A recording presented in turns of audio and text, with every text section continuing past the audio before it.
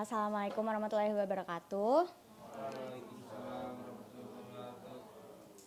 Ya, sebelumnya sebagai umat muslim, alangkah baiknya kita menyampaikan puji syukur kehadirat Allah Subhanahu wa taala yang telah memberi kita nikmat iman, nikmat sehat sehingga kita semua dapat berkumpul di sini untuk menambah ilmu. Tidak lupa juga sholawat serta salam kita junjungkan kepada Nabi besar kita, Nabi Muhammad, Nabi Shallallahu Alaihi Wasallam. Sebelumnya saya ingin memperkenalkan diri. Nama saya Alivia Mari Putri. Ingin meminta izin kepada teman-teman sekalian untuk menyampaikan sebuah ceramah singkat mengenai shaum atau puasa. Berikut adalah poin-poin besar yang akan saya jelaskan pada ceramah singkat kali ini. Yang pertama ada pengertian shaum, yang kedua ada keutamaan shaum, yang ketiga ada macam-macam shaum, syarat shaum, rukun shaum, dan hikmah shaum. Nah, di sini teman-teman semua pastinya udah pada tahu kan shaum itu apa? Ada yang bisa jawab gak shaum itu apa? Menahan diri dari hawa nafsu. Menahan diri dari hawa nafsu. Yang lain ada yang bisa jawab lagi? Selain menahan diri? Boleh. Jadi benar ya, shaum itu menahan diri dari makan dan minum, menahan diri dari hawa nafsu dari terbitnya fajar sampai terbenamnya matahari. Dari bahasa Arab, shaum atau syam itu adalah menahan diri. Tapi dari shaumnya sendiri, shaum itu adalah menahan diri dari bicara. Maksudnya menahan diri dari bicara itu adalah menahan diri dari perkataan yang kurang baik, menahan diri dari perkataan yang kurang pantas dikatakan dalam bulan puasa. Lalu di kata syam adalah menahan diri dari makan dan minum.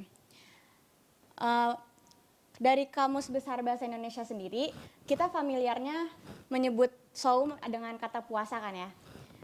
Puasa itu dari Kamus Besar Bahasa Indonesia artinya meniadakan makan dan minum dan sebagainya yang membatalkan puasa dengan sengaja yang berkaitan dengan agama dan juga merupakan salah satu rukun Islam berupa ibadah yang berpantangan dengan makan minum dari mulai terbit fajar sampai terbenam matahari. Di sini ada yang tahu nggak puasa itu rukun Islam keberapa? Mau kelima? Salah. Masa nggak hafal rukun Islam sih? Betul. Rukun Islam yang ketiga ya, inget-inget ya. Terus di dalam Al-Quran juga Allah memerintahkan kita untuk berpuasa. Salah satunya ada di Quran surat Al-Baqarah ayat 183 yang berbunyi A'udzubillahi minasyaitonirrajim. Bismillahirrahmanirrahim. Ya ayyuhalladzina amanu kutiba alaikumusyamu kama kutiba alal ladzina min qablikum la'allakum tattaqun. Yang berarti, hai orang-orang yang beriman, diwajibkan atas kamu berpuasa sebagaimana diwajibkan atas orang-orang sebelum kamu agar kamu bertakwa. Jelas dari ayat di sini, Allah memerintahkan kita untuk berpuasa dengan tujuan yang baik, yaitu meningkatkan iman dan takwa kepada Allah Subhanahu wa taala. Selanjutnya ada keutamaan.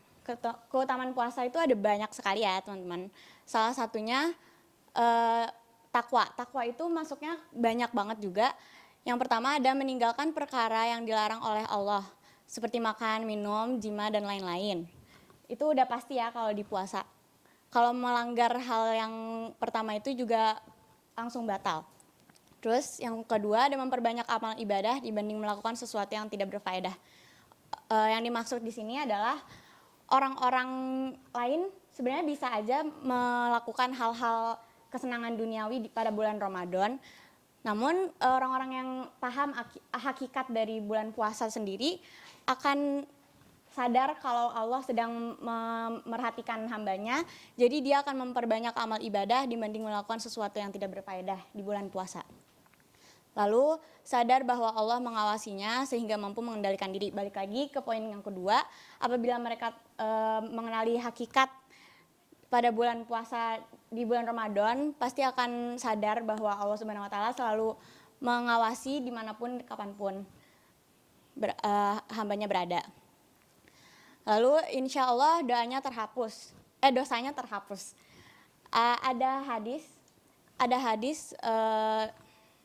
hadis dari Rasulullah mengatakan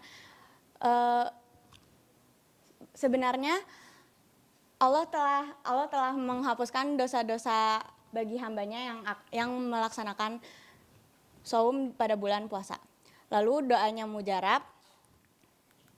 Lalu ada macam-macam saum. Di sini semuanya pasti udah tahu kan, puasa Ramadan adalah puasa yang sangat suci yang harus diwajibkan pada umat muslim dan pahalanya juga paling banyak dan merupakan puasa yang sangat utama. Ada juga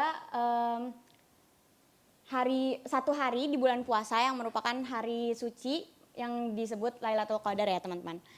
Yang kedua ada puasa kafarat, yaitu denda yang harus dikerjakan oleh seseorang akibat perbuatan dosa yang dilakukannya, seperti melakukan hubungan intim pada siang hari.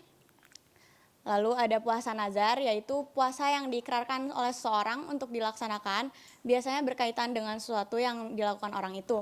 Di sini ada yang pernah puasa nazar nggak? Nazarnya gimana tuh? Mau nazar apa? Boleh. Biasanya dilakukan seperti mempunyai impian, lalu dia bernazar 5 hari setelah impian tersebut dikabulkan gitu. Lalu ada puasa qada, yaitu yang boleh tidak berpuasa Ramadan seperti wanita haid, mereka diwajibkan untuk mengganti puasa tersebut sesuai jumlah hari yang dilewatkannya. Lalu ada puasa Nabi Daud. Puasa Nabi Daud adalah puasa yang sehari puasa selanjutnya nggak puasa, terus seharinya lagi puasa lagi gitu, jadi selang-seling. Lalu ada puasa Senin Kamis.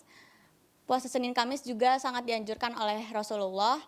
Hukumnya sunnah muakkad, yaitu sunnah yang sangat ditekankan. Lalu ada puasa Asyura. Puasa ini dilakukan pada bulan 10 Muharram. Lalu ada puasa Ayaumul Bid.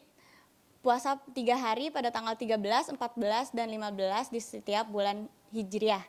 Puasa 6 hari bulan Syawal. Puasa 6 hari bulan Syawal dilakukan sejak 2 Syawal hingga akhir bulan tersebut. Lalu ada puasa Arafah, dilaksanakan pada 9 Zulhijjah bertepatan dengan jemaah haji yang melakukan wukuf di padang Arafah.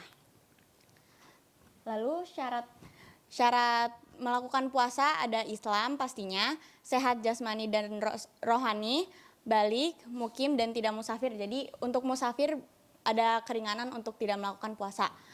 Rukun puasa ada 2, yaitu niat dan menahan diri dari berbagai pembatal puasa mulai dari terbit fajar hingga terbenamnya matahari.